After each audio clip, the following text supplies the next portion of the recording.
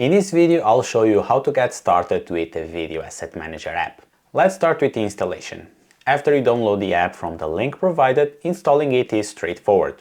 The only thing you need to do is open the DNG file, then drag the app icon to the Applications folder, and that's it. Now you can go to the Applications folder and double-click the app to open it. To finish the setup process, you need to enter the license key and API keys for OpenAI and Gemini. For the license key, look for it in your email or grab it from the checkout page. After you open the app, click on the red banner or gear icon to open the settings. Then you must enter the license key and click on Activate. If the activation is successful, the red banner will go away. Next, add your Google and OpenAI API keys. These two API keys are what will enable Video Asset Manager to analyze your videos and suggest B-rolls. Now that you have finished the setup, you are ready to go to the Files tab and select the folder where your B-roll library is. This will be the folder with the videos that you will want the app to analyze. But before you can analyze a video, you must enter a prompt.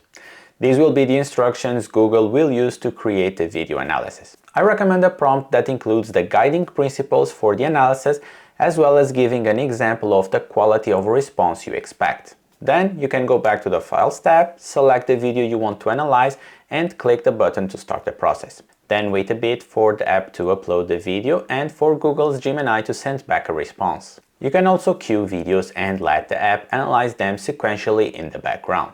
Video analysis is a one-time process, as you will analyze the videos now and use them later on for B-roll suggestions. Now let's have a look at what a video analysis looks like. Each analysis is saved in plain text format on your machine. The file will contain the information you requested in the prompt, as well as the timestamps of the events in the video. These timestamps are essential for the app's functionality and are what will be suggested as B-roll clips, as you will see later. Now let's move on to the Scripts tab. Here is where you will enter your video scripts. This can be a transcript from your A-roll footage or the original script that you want to find B-rolls for. Moving on to the Video Director tab, where the magic happens. Here you will have your video script on the left and the B-roll recommendations and search functionality on the right. Here you will select the script segments you want to put B-roll on, write the video topic, and describe the B-roll you are looking for the script segment. Then the LLMs will search in your video analysis files, the text files saved from what you saw previously, and suggest the best option to use as B-roll. You should expect to see the best options rated from 1 to 5, where 5 is the best rating. Each suggestion will show the text description of the scene and the time it happens on the video.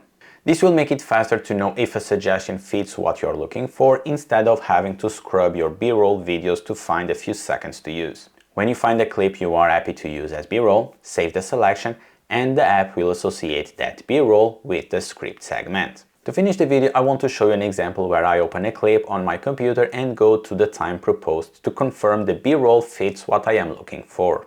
If you have further questions about Video Asset Manager or suggestions to make, use the link in the description to contact me. Thanks for watching.